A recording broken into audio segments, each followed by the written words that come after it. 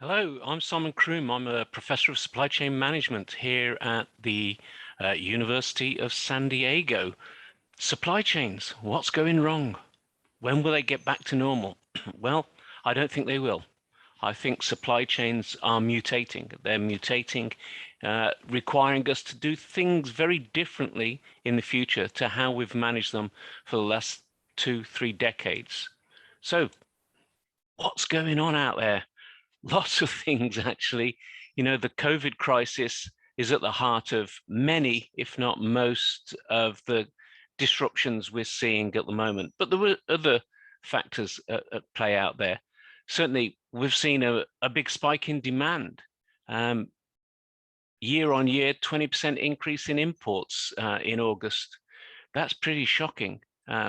Supply chains do not like that sort of variation. Consequences of that are the increased dock times. How long do ships spend dwelling off Los Angeles or in the English Channel or in the Irish Sea or at Rotterdam? We're seeing big delays unloading container ships.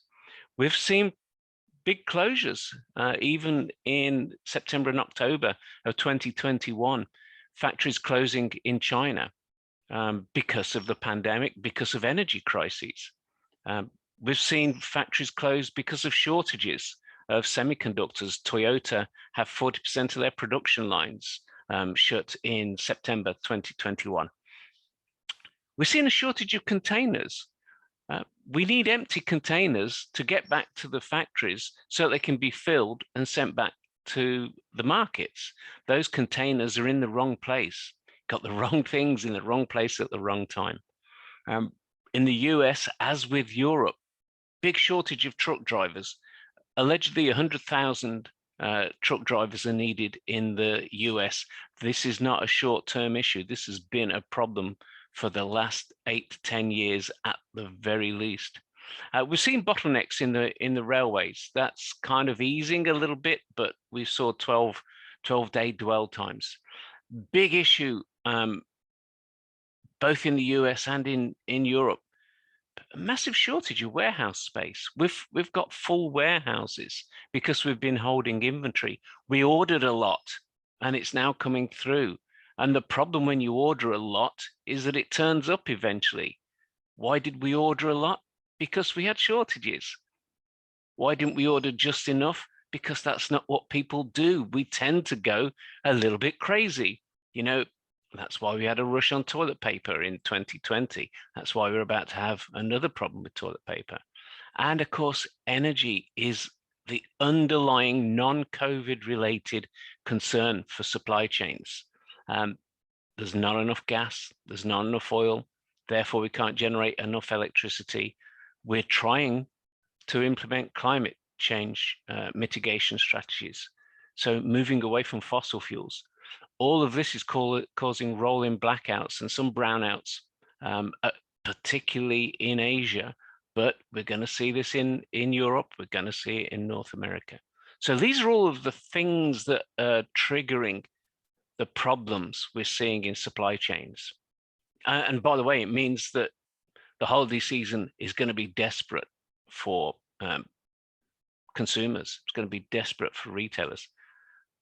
But why are they changing? Well, the way we used to do things isn't going to work. And I'll talk a bit about that. I think consumer choice is a problem. In marketing, we like to offer choice. We like to offer new things. Fast fashion is all about every week there's a new collection, a new range for us to view. That's not going to be sustainable, shouldn't be sustainable. We don't need so many different choices. We don't need an iPhone 13 if we've got an iPhone 12. We need to be less disposable in our choices. I think it's going to change the way we think about business. Cost is never unimportant, but it is not going to be the dominant key performance indicator, the dominant KPI, or the order winner, as we call it. Lean supply chains have often come in for criticism. They work beautifully well when you've got stable demand, short supply chains, predictability. We haven't got any of those at the moment. And the problem is that lean supply chains suddenly become anorexic. They suddenly become sick. And a bit of a wordy point here, we've got a lot of variation in capacity utilization. We've got too much work, then not enough work, too much space, not enough space. This disrupts how we manage supply chains. And there are kind of 4 principles behind this. First principle, markets are volatile. It's like juggling jello. Supply chain operations are very difficult to change. We're technically constrained. They're complex. There's a lot of things going on in the supply chain, lots of moving parts. First principle, trying to develop a strategy is about reconciling these almost 2 immutable forces.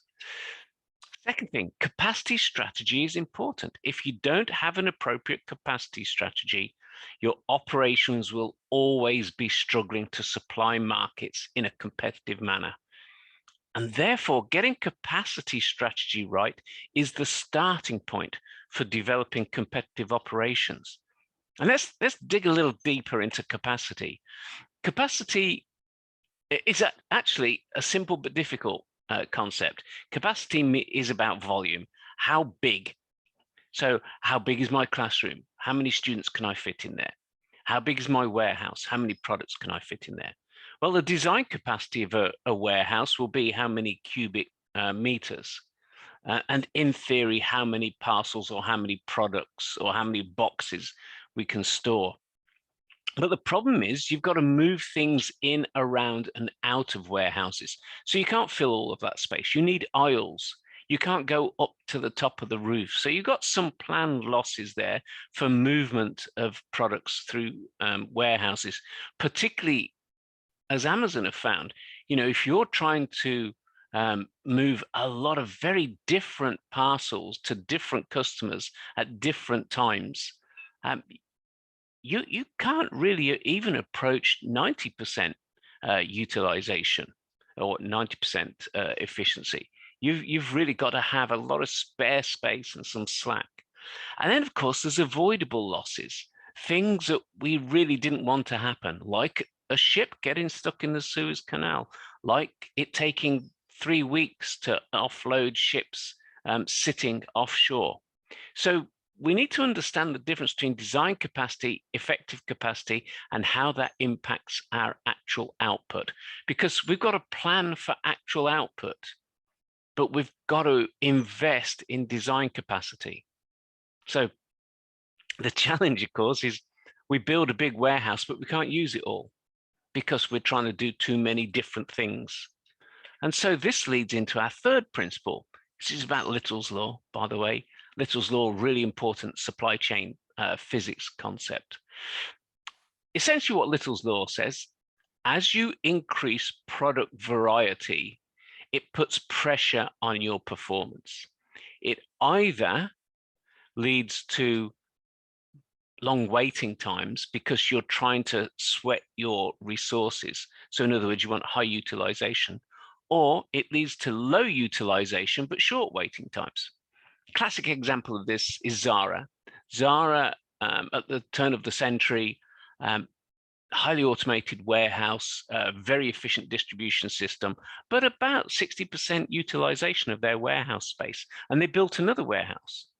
And from an accounting or a financial point of view, you go, why are you doing that? Well, the reality is, if you want to offer a lot of variety, you cannot also sweat your utilization. You have to have slack so that you can deal with variation. You've got different products going through at different rates at different times. So Little's Law, really important phenomena. And of course, at the heart of all of this is bullwhip effect. This is the classic bullwhip. Classic bullwhip is where a small change in your market demand leads to significant perturbation upstream towards suppliers. And market to tier 1 to tier 2 to tier 3. It happens, it's a natural phenomenon of supply chains. What we're also seeing is reverse bullwhip, where some small constriction in supply, first tier, second tier, third tier, kicks downstream. So you then get massive volatility. This is why the auto dealer forecourts are empty. We've got reverse bullwhip because we can't get semiconductors, therefore we can't build cars, therefore we can't ship cars, therefore we haven't got cars to sell. And in short, supply chains hate variability and disruption. So this is the problem we're facing with supply chains at the moment. I'm going to talk about what we can do about this in my next video.